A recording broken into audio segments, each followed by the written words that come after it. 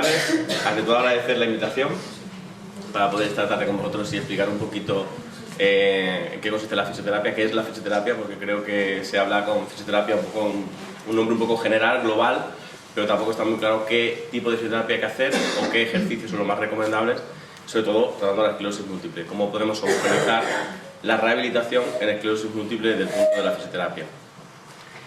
¿Qué es la fisioterapia? Todos lo conocéis, es decir, la esclerosis múltiple empieza siendo una enfermedad autoinmune que va a afectar al sistema central, pero que a posteriori se va a convertir en una enfermedad neurodegenerativa, ¿vale? Por tanto, hay que tratarla desde el punto de vista de la fisioterapia neurológica y pensar siempre en la posibilidad de cambios de neuroplasticidad o cambios a nivel del sistema central a través de la fisioterapia, que es lo distinto a simplemente hacer un trabajo musculoesquelético. Todos conocéis que los principales síntomas o signos que nos vamos a encontrar en la esclerosis múltiple, el más relevante en el 90% de los casos va a ser motórico. Por tanto, la necesidad de la fisioterapia es imperiosa en este tipo de patología. La clasificación, pues evidentemente en función de cómo aparezca, también nos va a conllevar a nosotros el tipo de rehabilitación, porque no es lo mismo, vosotros lo sabéis, encontrar una persona con una esclerosis, por ejemplo, recurrente remitente, o progresiva secundaria, con un EDSS de 4 a 1. Progresiva secundaria con un EDSS de 8. Las condiciones neurológicas no son las mismas, por tanto la rehabilitación no puede ser nunca la misma. No todas las técnicas valen para lo mismo en el mismo proceso. Por lo tanto hay que intentar aclarar para qué sirve cada una de las terapias en esclerosis múltiple y en qué momento se puede utilizar cada una de ellas.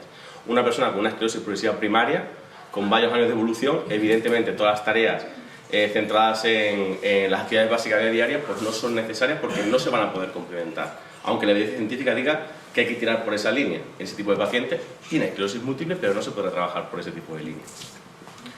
No se conoce la causa, es verdad que los últimos estudios sí hablan de una proporción asociada al virus Epstein-Barr de 2 a 3 veces con un riesgo de esclerosis múltiple, pero todavía sabemos todos que es una causa desconocida. Lo interesante de esto es que la epidemiología nos habla a nivel internacional de que no es tan alta, es de 33 por cada 100.000 habitantes. Estos son datos del 2015. En España, los pocos artículos que hablan de epidemiología, el que más número estadístico pone es un estudio editado en el 2012 en la zona sur de España que habla de 125 casos por cada 100.000 habitantes. Bueno, pues esto es actual del Instituto Nacional de Estadística en Extremadura. Actualmente contemplamos 236 casos por 100.000 habitantes, es decir, que duplicamos la media nacional en nuestro país, por lo cual creo que en Extremadura tenemos que plantearnos un poco cómo podíamos o cómo debemos de enfocar la rehabilitación, prestarle un poquito más de atención. Todos conocen los tratamientos médicos, los médicos que vengan después hablarán de la farmacología que se puede utilizar. Evidentemente la farmacología se va actualizando, se va renovando y cada año pues, nos van contando que ha salido tal fármaco, que ha salido otro fármaco, pero de fisioterapia, ¿os habla alguien en el equipo médico de pues ha salido esta técnica o se puede trabajar esto? No, hacer fisioterapia. Es como si nos dijéramos hacer farmacología. Bueno, vale, pues hay muchos fármacos, puede ser el paracetamol, que puede servir un momento dado, como puede ser un fármaco específico, ¿verdad? Por lo tanto, hay que introducirnos realmente dentro del colectivo de lo que vamos a participar los fisioterapeutas en rehabilitación neurológica, que es el campo de la rehabilitación, que la OMS lo define como un proceso activo, ¿vale? Por lo tanto, con participación de la persona, mediante el cual cualquier persona con discapacidad, como consecuencia de una enfermedad o lesión, alcanza una recuperación total. O, si no alcanza esa recuperación total, lo que desarrolla es su máximo potencial físico, mental y social, ¿vale? Por tanto, aunque la esclerosis múltiple no pueda alcanzar su máxima recuperación, parcialmente tenemos que introducirla en el concepto de rehabilitación. Y para hablar de rehabilitación, hay que hablar siempre de equipo multidisciplinar. Luego vamos a tener compañeros que van a hablar de ello. Es decir, para poder trabajar correctamente la esclerosis múltiple, hace falta un nutricionista, hace falta un terapeuta ocupacional, un neuropsicólogo, un logopeda, un fisioterapeuta y poder trabajar en equipo, porque son muchos los campos que caen a la vez y hay que saber rehabilitarlos de forma continua, no vale un área por sí sola. Y esto ya lo viene diciendo con un grado de recomendación A nivel de evidencia científica, es el grado más alto. Desde el año 2006, el Colegio Real de Médicos en Reino Unido ya habla de que el enfoque terapéutico para la esclerosis múltiple debe ser multidisciplinar. Y yo me pregunto, ¿y en España vemos ese enfoque multidisciplinar? Vamos a los centros si hay un logopeda, un terapeuta ocupacional, un psicólogo, un fisio, un nutricionista, un médico neurólogo. No estamos trabajando con ese enfoque multidisciplinar. Y si no, se nos escapan cosas, ¿vale? Hay que tener siempre ese enfoque muy presente. Desde el punto de vista de la fisio, que es lo que yo he venido a hablar, desde el mismo estudio que habla del enfoque multidisciplinar, en el año 2006 ya establece con un grado de recomendación A que se debe tratar todos los déficits de movilidad o motóricos mediante fisioterapia y que se deben realizar ejercicios de suelo pélvico para controlar la incontinencia urinaria, cosa que no se está trabajando de forma periódica y hasta que llega el déficit del suelo pélvico, cuando sabemos que va a acabar desencadenándose un déficit en el suelo pélvico. En el 2007, también la Sociedad Española de Neurología ya hablaba de que se recomienda hacer fisioterapia y trabajar con esa movilidad. Y en otros países, como pasa en Chile, sitúan grado A de recomendación más alto a utilizar la fisioterapia para trabajar los déficits motóricos y grado B, un poquito menos, a utilizar toxina botulínica. Aquí queda al revés, prácticamente. Es decir, estamos trabajando con la toxina botulínica, que está bien utilizarla, pero la toxina sin fisioterapia no puede conseguir nada. Necesitamos al fisioterapeuta para, combinado con la toxina botulínica, poder conseguir un mejor efecto motor. No sirve de nada pincharnos la toxina botulínica si el paciente no va a pasar por fisioterapia. Hay varios estudios que establecen y defienden este concepto de nivel de evidencia científica, ¿vale? Es decir, en el año 2009, otro estudio, una revisión sistemática, ya habla de nivel 1A a favor de los beneficios del entrenamiento con ejercicios en relación al incremento de potencia muscular, a la tolerancia al esfuerzo, a la mejora de las actividades motoras con pacientes con esclerosis múltiple. En el 2012 se vuelve a hablar de que hay avances significativos de la fisioterapia sobre alteraciones en el equilibrio en pacientes con esclerosis múltiple. Y en el año 2018 se establece que el ejercicio físico es una forma segura y factible para mantener o recuperar en la esclerosis múltiple equilibrio, coordinación, fuerza, resistencia y movilidad. Por tanto, la fisioterapia se establece como una técnica de recomendación nivel A, es decir, el máximo nivel de recomendación. ¿Pero qué es la fisioterapia? Como hablaba al principio, son muchas posibilidades terapéuticas que engloba la fisioterapia. Todos conocéis lo clásico: estiramientos, movilizaciones, ejercicios de equilibrio, ejercicios de fuerza, ejercicios de resistencia, pero también existe otro tipo de ejercicios que trabajan los terapeutas ocupacionales y los fisioterapeutas, como puede ser ejercicio de propiocepción, o utilizar las nuevas tecnologías como la realidad virtual, terapia de neurocontrol motor, donde nos permite trabajar con neuronas espejo y poder reclutar acciones motoras fuera de la vía piramidal puramente dicha, que es la que se va a afectar por la espasticidad. Así que tenemos unas posibilidades terapéuticas enormes a la hora de hacer fisioterapia, pero tenemos que enfocarlas siempre desde el punto de vista de la fisioterapia neurológica, porque es lo que le va a pasar a la esclerosis múltiple. Como decía, os traigo un ejemplo de lo que actualmente estamos trabajando, yo me dedico exclusivamente al campo neurológico. Nosotros, a la hora de intervenir con pacientes, sea con esclerosis múltiple o con ictus, lo que hacemos es interactuar diferentes métodos o técnicas que tengan evidencia científica y poder conseguir pues, englobar una mejora del paciente. Por ejemplo, técnicas de neurocontrol motor con el láser, técnicas de realidad virtual, como decía, uso del método Perfetti, uso de terapia vibratoria, uso de la locomoción controlada o la terapia refleja que puede activar a nivel reflexógeno. En el 2018, por fin, han empezado a salir los primeros artículos que plantean, bueno, vale, ¿qué hace la fisioterapia? ¿Cómo es la fisioterapia a nivel europeo? Porque todo el mundo habla de fisioterapia, pero no se sabe cómo está protocolizada, lo que hablábamos al principio. O sea, no hay una receta o no hay un protocolo de actuación para la fisioterapia que sea unificado. Y yo creo que cualquier persona con esclerosis múltiple, da igual que sea danesa, que sea alemana o que sea española, la sintomatología es muy parecida, ¿verdad? Pues en este estudio nos habla...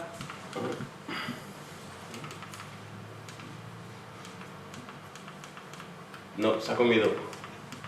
En el paso, disculpadme, en el paso del Mac al Windows ha comido una de las imágenes la intervención. Bueno, solamente comentaros, es una pena porque aquí, bueno, lo digo yo, lo que viene es repartido Europa entera en 4 cuadrantes, este, oeste, sur y norte, y nos encontramos 256 centros de intervención terapéutica de esclerosis múltiple en Europa.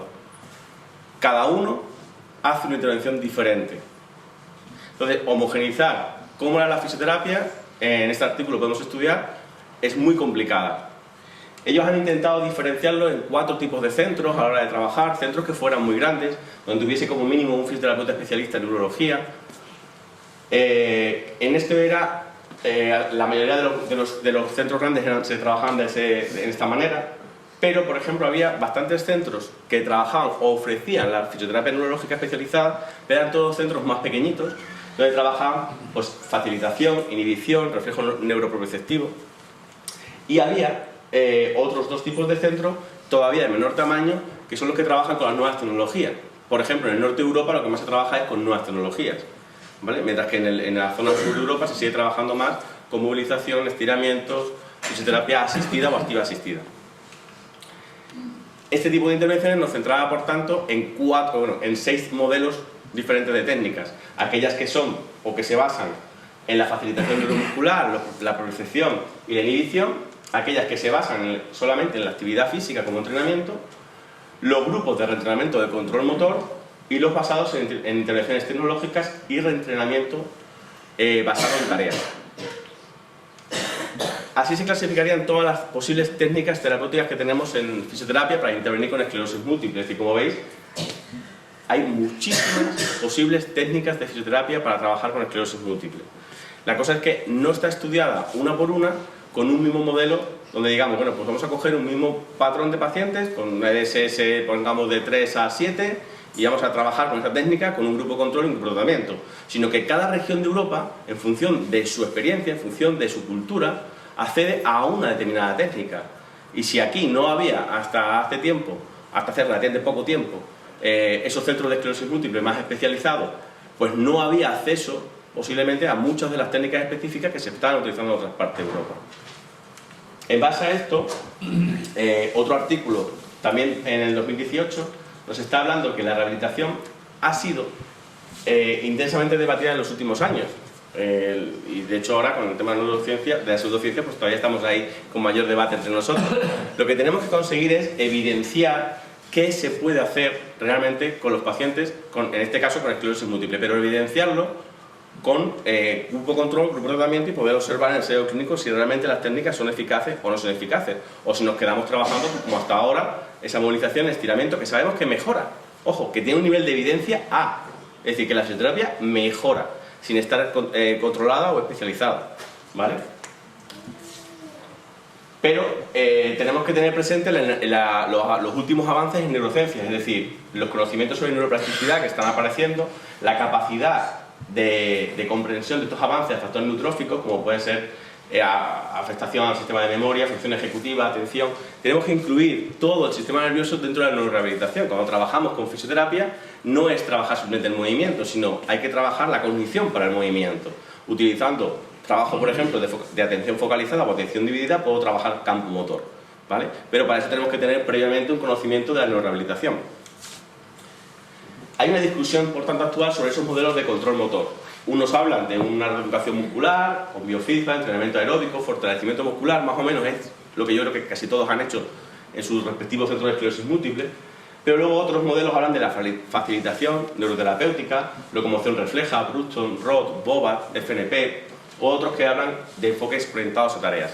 Lo que está claro es que casi todos los conceptos, o casi los 3 discusiones de modelos actuales, al final se entrelazan bastante y todos tienen un mismo objetivo común, ¿vale? Por lo tanto es muy difícil diferenciar una cosa de otra, es decir, no es mejor esto que esto ni esto que esto, sino que como fisioterapeutas tenemos que conocer los efectos de cada cosa y poder unir disciplinas y poder trabajar control motor con Boita o con Bobat o con hidroterapia, pero tenemos que saber para qué uso Boita en un momento determinado, para qué uso hidroterapia en otro momento, es decir, qué consigue esos efectos, cómo estandarizo esos efectos. Por tanto, lo que existe es poca evidencia actualmente en el mundo de la fisioterapia en este campo de la esclerosis múltiple.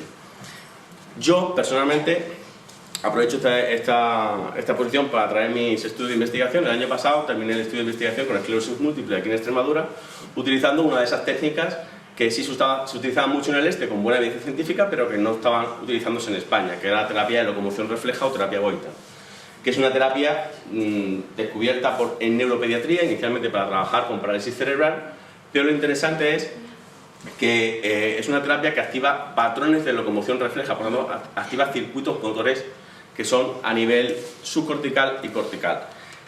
Esto inicialmente era una hipótesis en los años 60, 70, cuando se fue a desarrollar la técnica. Progresivamente en los últimos años sí tenemos claro, gracias a estos 2 artículos, cada vez van sacando más artículos sobre ello, podemos meter al paciente en una resonancia magnética funcional y dentro de la resonancia magnética funcional empezar a activar esos puntos de activación. Y así sabemos qué está pasando en el sistema nervioso cuando estamos trabajando. Podemos ver cambios en los ganglios de la base, como es el putamen, que es el que nos permite, en una zona del cerebro, nos permite el control motor, el control movimiento voluntario, o cambios en la corteza de la mano, o cambios en la zona cerebelosa. Esto lo estamos viendo ya porque lo que estamos hablando ya son técnicas, no tanto técnicas de fisioterapia de entrenamiento, sino técnicas de neuromodulación, que me pueden servir para luego avanzar con técnicas de rehabilitación o de facilitación, ¿vale? No sé si es muy técnico lo que acabo de decir. Lo que quiero decir es que hay técnicas que permiten neuromodular al sistema nervioso, conseguir que cambie su metabolismo el sistema nervioso. Si estuviésemos metido dentro de una resonancia, veríamos con colores cómo se iluminan diferentes áreas, empieza a producirse una reacción en cadena de neuronas que permite un movimiento. A eso, a posteriori, le puedo añadir una rehabilitación más orientada en tareas, ¿vale? O irme a trabajar hidroterapia en ese momento, o hipoterapia. Es decir, la combinación de esas técnicas neuroestimuladoras, como es la estimulación magnética transcraneal, por ejemplo, o la terapia de locomoción refleja, con técnicas más facilitadoras, ¿vale? Entonces, a modo rápido, porque ya me estoy pasando del tiempo, deciros que lo que hemos estudiado ha sido con un grupo, ha sido difícil encontrar un grupo homogéneo en Extremadura de esclerosis múltiple, y encontramos a un total de 14 usuarios que al final fueron los que, hubo alguno más, pero por criterios de exclusión fueron quitados del estudio, pero pudimos coger 14 personas en Extremadura, 7 al grupo control, 7 al grupo de tratamiento, la verdad que era cortito, pero sí tenían todos el mismo estadio, es decir, de 4,5 a 6,5 de EDSS, ¿vale? Y podíamos estudiar realmente los efectos que íbamos a tener con la rehabilitación. Bueno, esto simplemente es los estudios de las variables que se realizan en el estudio. Lo interesante era saber y poder comprobar... No se activa la diapositiva. Bueno, era saber y poder comprobar en la hipótesis, era plantearnos durante 2 meses y medio un estudio de esa muestra de pacientes. En el primer mes, todos los pacientes iban a ser, durante 6 semanas, perdón, todos los pacientes iban a ser tratados, uno con fisioterapia convencional, la que estaban realizando sus centros de esclerosis múltiple, y el otro, a esa fisioterapia le uníamos la terapia de locomoción refleja boica. Pasado esas 6 semanas, los dos grupos permanecen en su control de fisioterapia, puesto que eso no se podía quitar nunca. No sería ético quitarle la fisioterapia de golpe al paciente. Y pasaba un mes más y volvíamos a hacer la valoración de control. La idea era, si realmente son terapias neuromoduladoras del sistema nervioso, ¿habrá cambios después de un mes de no haberlo activado? ¿Vale? Lo que nos encontramos al principio es que el grupo control, además, curiosamente, el grupo de intervención, curiosamente, nos daba en la estadística, aunque se había hecho una aleatorización inicial, un grupo más afecto que el grupo control. A pesar de ello,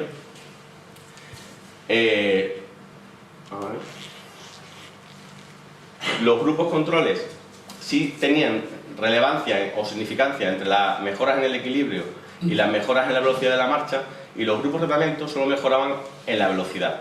Por ejemplo, aquí tenemos en el grupo de intervención cómo mejora. Esta es la prueba de 25 pies, que es la prueba de velocidad de la marcha típica de esclerosis múltiple, y esta es la escala de Behr, que es la escala del equilibrio. Podían mejorar ambos grupos, grupo de intervención en prueba de velocidad, grupo de intervención en prueba de equilibrio, mientras que los grupos controles no mejoraban ni en intervención ni en equilibrio. Es decir, en el primer mes de intervención, 6 semanas de intervención, los dos grupos son tratados con fisioterapia, más uno de ellos se le mete la estimulación de terapia Boita. El grupo control solo mejora un poquito en velocidad, se mantiene la velocidad. Era algo esperado, puesto que sabíamos que tenía un nivel de evidencia A, la fisioterapia, algo tenía que hacer. Por lo tanto, sigue mejorando su velocidad, pero no mejora su equilibrio. Y en los estudios de correlación no estaba correlacionada la mejora de equilibrio con la mejora de velocidad. Mientras que el grupo que sí recibe terapia Boita mejora en velocidad y en equilibrio, y además con una correlación entre los dos factores. Es decir, al comparar la intervención de fisioterapia sobre fisioterapia más el uso de terapia Boita, los resultados son estadísticamente significativos con respuesta tanto en la marcha como en el equilibrio, demostrando cómo el uso de esa terapia mejora la marcha y el equilibrio en la muestra de representación. Tras un mes de no intervención de terapia Boita, las mejorías del grupo de intervención se mantienen de forma estadística significativa. 0,5 en la marcha y 0,21 en el equilibrio, que es lo que os veo aquí, os enseño aquí, ¿vale? Es decir, esto ya es pasado el mes, ya dejan de recibir la estimulación Boita y siguen con su fisioterapia. Bueno, pues el grupo que estábamos estudiando continúa mejorando el equilibrio y continúa mejorando la marcha. Mientras que el grupo que seguía haciendo fisioterapia desde el inicio ya deja de mantener mejoras en la velocidad de la marcha y deja de mantener mejoras en el equilibrio. No había empeorado, pero no seguía mejorando, ¿vale? La pena es que, como se ha cortado la diapositiva, no podemos ir reflejando cada uno de los datos estadísticos que yo os quería contar, ¿vale? Pero a grandes rasgos, esa es la idea, es decir, cómo podemos utilizar herramientas muy especializadas dentro de la patología y luego unirlo con terapias actuales que estamos trabajando o convencionales que estamos trabajando de facilitación del movimiento, ¿vale? Y esto. Gracias por tu atención.